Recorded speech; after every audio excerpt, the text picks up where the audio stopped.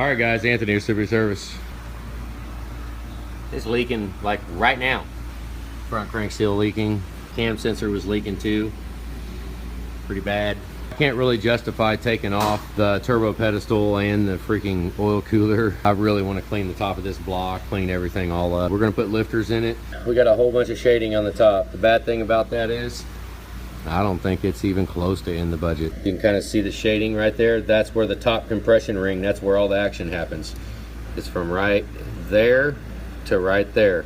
Just pulled the heads off. The heads are back getting cleaned right now. We got them disassembled. We're gonna probably just do a lap. Lap them in. We'll have to check the guides, make sure they're within. I mean, they're not going to be perfect, but this was justification right here on injectors, rockers, and undercover harness, and going through with putting our exhaust and stuff on.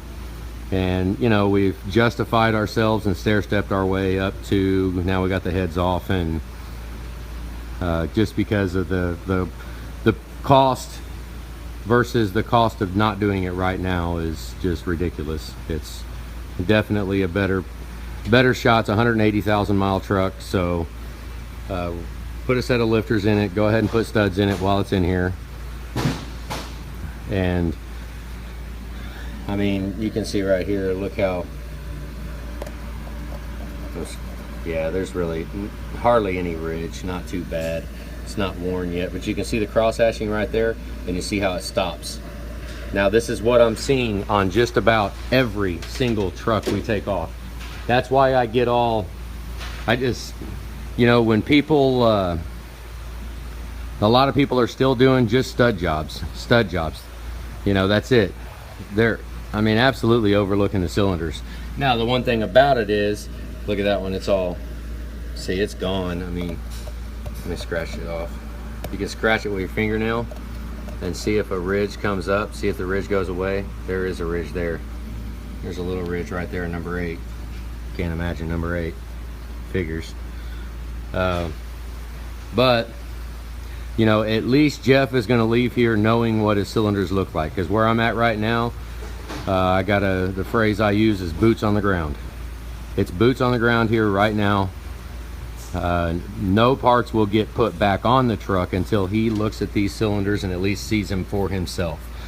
So once he sees them, I mean, you know, yeah, this is accounting for some blow by, it absolutely is, you know, but I really don't think it's in the budget to make it happen, to get it done. I mean, we got some staining going on down there.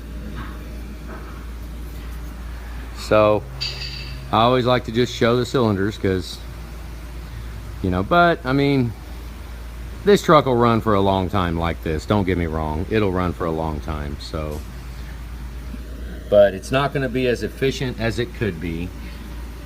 I mean, look how far down the crosshatch ends right there. I mean, we're 1.5 inches damn near, well, an inch down from the top down to where the cross hashing actually disappears. That means that combustion gas is leaking past and it's worn the cylinders. Oil has not gotten to the top, and it's basically worn away material off the cylinder wall.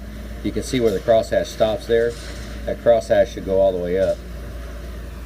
So I don't know, I always just show it, just look at it, because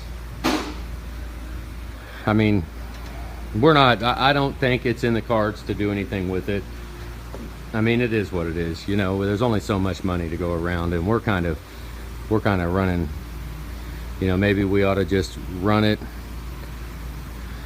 I mean, it'll probably be the next owner, not Jeff, but the next owner will probably be looking at cylinders, and you know, these heads will have to come off. But I mean, it's probably got years, I mean, years of running. It's not like it's going to fail tomorrow, you know, but it's also not like we're going to fix blow by or combustion loss. Combustion loss equals power loss, because rather than the combustion gas, as the piston goes up, rather than it pushing the piston back down, it's leaking past the rings back behind it. So we're not harnessing all of the energy, basically, you know. But I mean, this isn't catastrophic. It's not, because I mean, I know some of you internet ninjas are gonna say rebuild it, but it's just not in the cards. And I mean, we've justified ourselves to at least going this far. At least we're gonna put a fresh set of lifters in it, so he's not gonna, well, hopefully, you know, I mean, lifters, I mean, it's a mechanical part. I mean, anything can happen, but at least we're doing all we can by putting a set of lifters in it, getting a reset out in all the rockers. We're gonna get all new rockers. I'm gonna go ahead and replace the push tubes too. They're like 80 bucks, they're nothing. Go ahead and replace the push tubes and valve bridges. I'm gonna replace everything. Just put all new valve train on it. Yeah, which I don't think the cylinders are in the cards. I need to get this block cleaned up and get it covered up. I really hate leaving it exposed like this. So we are going to go ahead and do a front cover,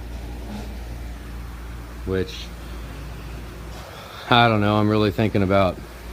See, we could weld to that.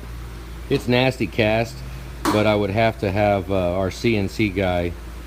He's down the street. That's not, I do not have CNC cabinets here. We're not, I mean, I got some equipment, but I don't have that. It'd be nice to get a program wrote to index this off and weld this up and then machine it back down. That would be nice, because, you know, it's, I mean, I'm seeing like 50-70% of all of them have got cavitation there. I do pull them off that are perfect. I have done that quite a few times. Pull off perfect front covers that we can reuse, absolutely. But let's see what else we got. Haven't cleaned the turbos yet, which we're not really going to break them apart. I've mainly just cleaned the housings, clean it all up, get all the blow-by crap out of there, clean the backs up, clean everything up, get it ready for assembly. Here's his rockers. I kind of just put them over here. You can see right there, see that one, it's gone. See how much that one has on it? And that one down there is gone. That one's gone. See how much is there? I mean, I think he had like 2 good ones. I think. They're all worn down. They're gone. It's a 190,000 mile truck, 180,000. I mean, it's a given. I mean, the rockers are not going to last that long. So go ahead and get a reset on that. So maybe he'll save a little bit on the camshaft, because when that tip wears down, we widen the preload on the lifter, which very well could allow for that lifter to bounce off the camshaft, because our lash is real sloppy when that tip is down. Just, I mean, who knows? It's probably, we'll know. I'll pull the lifters out, but that very well, you know, that can happen. I mean, if you think about it, on full lift, when it comes around, that lifter could bounce off because that rocker's not pushing it back down. There's play in it. So, but I don't know. It is what it is. We'll just we're gonna go ahead and get the heads worked and replace everything on the valve train. Basically everything. I'm not sure about the valve yet, that we've got them back in the back. They're still being worked, because the heads take every bit of a whole day just to get clean, between the spray cabinet and the ultrasonic cleaner. Yeah, they're in the spray cabinet now, and we're going to throw them in the ultrasonic. Here, I'll show you. All right, as ghetto as it sounds, I've got these valves are going to go back in the same location. These are labeled. Each valve will go in its own seat. It'll go back in there. So we're not just going to take all the valves and just throw them all in a bucket and clean them. We're going to actually clean those individually, one at a time. I've cleaned the stems to keep them out. Now we'll go through and final clean the valves. Then recession appeared to be okay. We might have enough room, because we're going to surface the heads. And since we're going to surface the heads, that means I want to clean the heads. I like to clean them because of all the carbon soot. If you look down here, all the soot that is inside of the intake passageways, you go surfacing, I mean, it's not far-fetched for metal chips to stick to that soot. And then, I mean, so the best thing I can do is put a set of springs on it, put a set of seals in it, lap the valves in, surface the heads, and make sure our recession is good. Now, if any of these guides are shot, I mean, we're going to have to address that, but I got the heads in here. I got them upright. They're in there getting work right now. And then right before we go to lunch, I'm going to throw them in the ultrasonic. I actually have, let's see. I got his intake in here. We do a lot of cleaning intakes, so it's not a big deal, but right there I got his intake in upside down. It's getting there. It was completely covered with nasty crap. I mean, there's only so clean we're going to get these 6.4 intakes. You know, barring me go ahead and change the charge, recharge the ultrasonic and start all over, but you know, I think we're just going to get the soot out, get it as good as we can, and then we're going to have to ride with it.